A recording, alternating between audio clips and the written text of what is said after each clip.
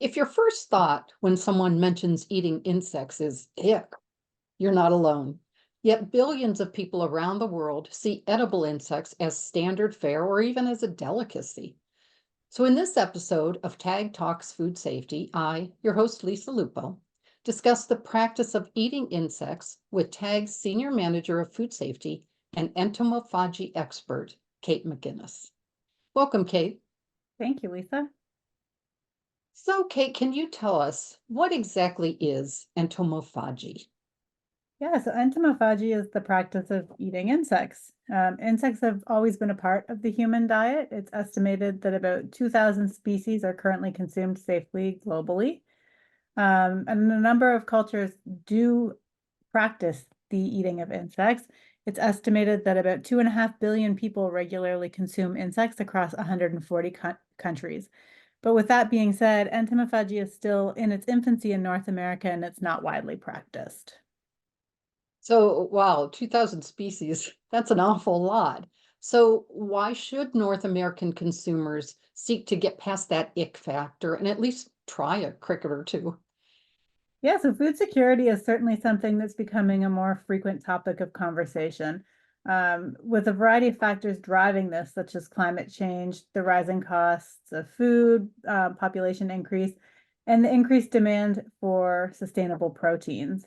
And so insects are a great option to help with food security for a variety of reasons. Most of the body of an insect is actually edible, so there's very little byproduct. About 80% of the body is consumable compared to something like a chicken or a pig, which you can eat about 55% of the body, and again, 40% for a cow. So there's a fair bit of waste with some of our more traditional protein sources. They're also a great source of protein, amino acid, and vitamins, and can be up to 20% more efficient as a source of protein than cattle. Oh, wow. So, that makes them a more sustainable source of protein than animal meats? Yeah, absolutely. So they are considered a sustainable source of protein.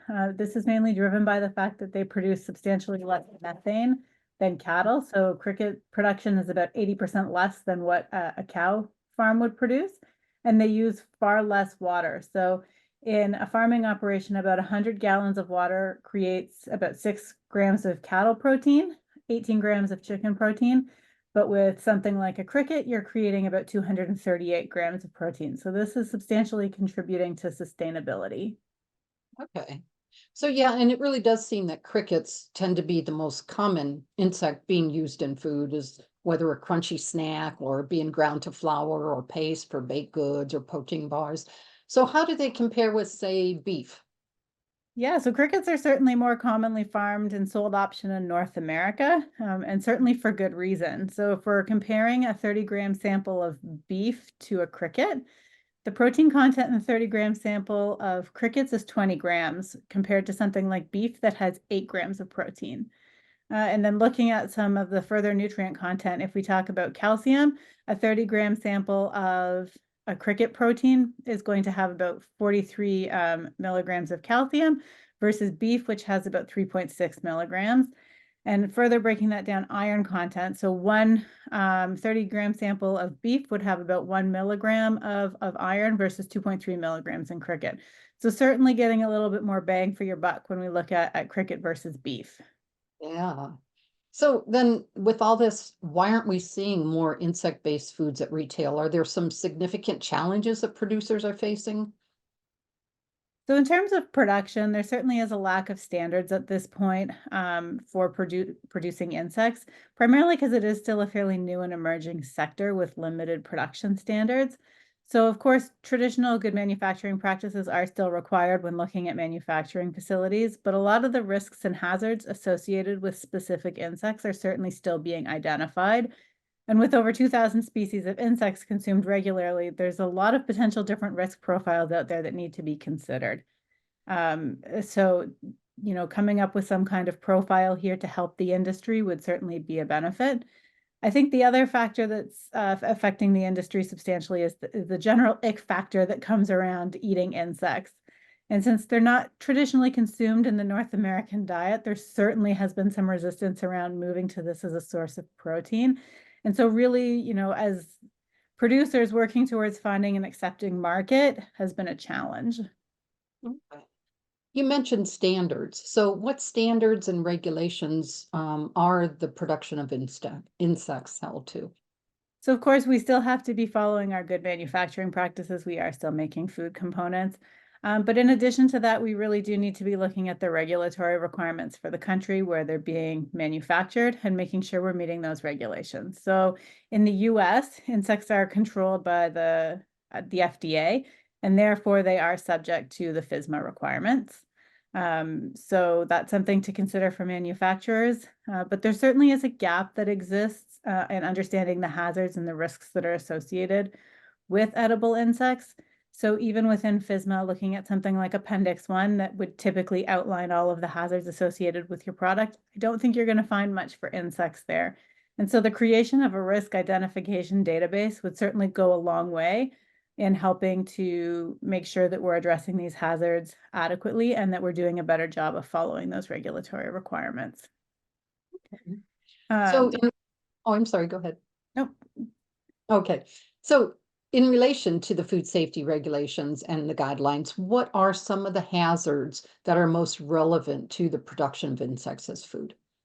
Yeah, so again, looking at the traditional sort of categories that we would look at for hazard control, we certainly see biological and chemical hazards existing within the insect category. So insects are known to have their own microbiota, which is certainly unique and different from some of the traditional protein sources that we may see. And so this may or may not contribute to different pathogenicity issues. So an understanding of what the actual makeup of each insect is super important to control that risk. So for something like a cricket, they're not typically native to any bacteria that we would traditionally know as having a pathogenic risk. So the greatest risk for them typically comes from the rearing environment and the food that you're feeding them. Um, but again, with 2,000 insects out there that are edible, looking at all of these and coming up with that risk profile for all of them is a huge task. So in terms of the biological hazards as well, they can be a source of protozoa, which may cause illness. And another big one that we typically see with biologics is yeast and fungi. So insect proteins tend to have a slightly higher level of yeast and fungus, which usually comes from the rearing environment, but certainly needs to be considered when we're looking at the potential for toxin production. So a lot of these can certainly be controlled by making sure that we're well controlling our rearing environments. And then moving on from biological hazards, again, looking at some of the chemical hazards that might actually exist. So a lot of these come specifically from the environment that they're reared in. But there are some that are also native to the species. So not all species of insects are edible. Some do produce toxins, but with some insects, it certainly depends on where in their life cycle they are. So depending on which part of their life cycle they are in, dictates when they can get harvested. And if they're harvested outside of that, then they may be in a phase where they're producing toxins or not suitable for consumption.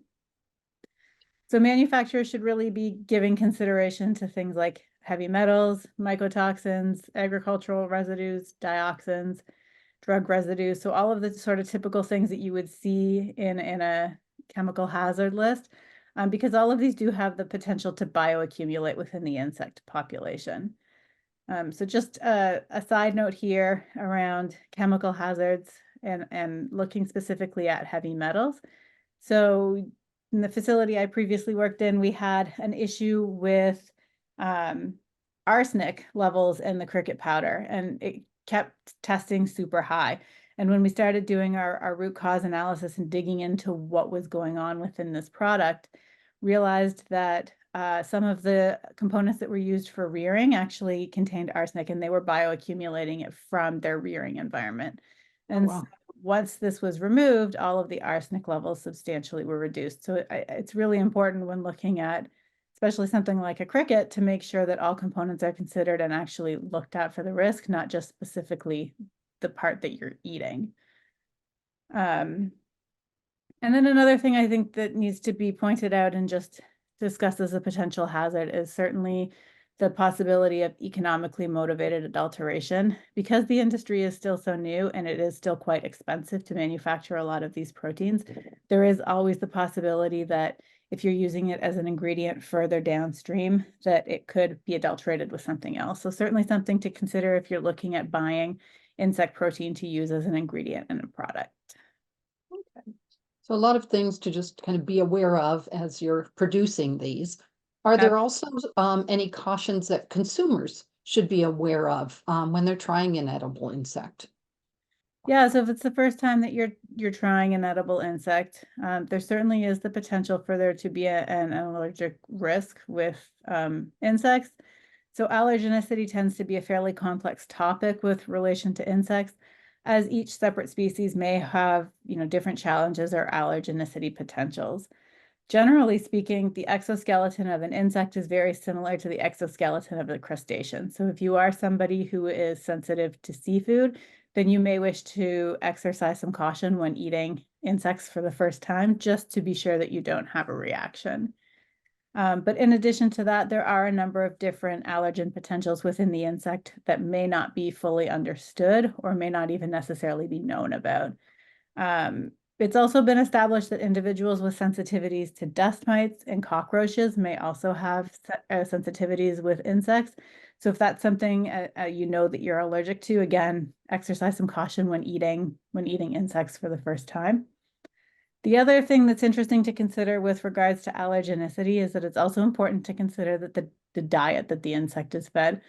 So unlike traditional protein sources, where the digestive tract is removed prior to consumption, most insects are consumed whole, which means that anything that's in their stomach content is also consumed by the individual eating the insect. And so if you look at what the diet of an insect typically contains, you may see some generally recognized major allergens in there, such as soy, wheat, fish meal, which could potentially cause an issue for sensitive individuals. Okay. And so really, whether or not a person is allergic, there's still that ick factor. So how are the insect food producers working to overcome such negative perspectives? Yeah, so I think it's going to take some time, especially in North America, to get beyond that ick factor. I think the one thing food producers are certainly working on is educating the North American society on the key health benefits and the key sustainability benefits. There are a lot of people who will drive their food choices strictly by what those health benefits and sustainability benefits are. And so I think the other thing that we can really do is work for producers anyways, is work on incorporating insect protein in a manner that people will enjoy. So, maybe eating an entire bug isn't necessarily something that you wish to do, but if it's in a snack or you're not necessarily aware that it's there, it might be a little bit more enticing. So just a side note story here. I once put a bag of cricket enriched cheese puff snacks out at a party, and a friend of mine sat and ate the entire bowl. And when we asked what he thought, he was like, "These are really good. What are they?" And when we told him that there was cricket in them, he refused to eat another one, which is funny because they were delicious. And really, he'd been enjoying them up until that point. So again, sort of that ick factor, which is really too bad because there are a lot of quite tasty insect foods out there. But I think really too working on changing that perception. So I think insects are sort of becoming the new lobster. So lobster was once considered a delicacy, which is now considered a delicacy in North America, was once considered sort of the cockroaches of the sea or the poor man's chicken. And it was traditionally fed to prisoners and slaves or used as fertilizer. And now, we go out for lobster dinners and pay a fortune for them because we all really enjoy consuming that. So I think, changing that perception and really working towards pointing out the benefits of eating insects, it will go a long way in the industry. And I think too, a lot of people think that they'll taste gross or, have a texture issue and, oh my gosh, we're eating a bug. But really, they don't taste gross. There's a lot of really tasty insects out there. So like a roasted cricket that tastes quite nutty, and it's really quite good. Or a freshly cooked waxworm. If you've ever had one straight out of the oven, they taste basically like fresh fried potato chips. They're pretty delicious, to be honest. So with 2,000 species of edible insects out there, I bet most people could find one or two they actually like. So go out there, take the plunge and give it a try. I'm not really sure there's much better way to wrap up than that. Take the plunge. And for anyone who's wondering, yes, I have eaten insects myself as a crunchy hot dog topping and ground in protein bars, and I even got the pin. So I want to thank our entomophagy expert, Kate McInnes, for sharing her knowledge and enthusiasm for edible insects. And I hope you all enjoyed and learned from this episode of Tag Talks Food Safety. Be sure to subscribe or follow us to stay up to date on the latest trends and evolutions in the food industry. Thank you, and thank you again, Kate. Thanks, Lisa.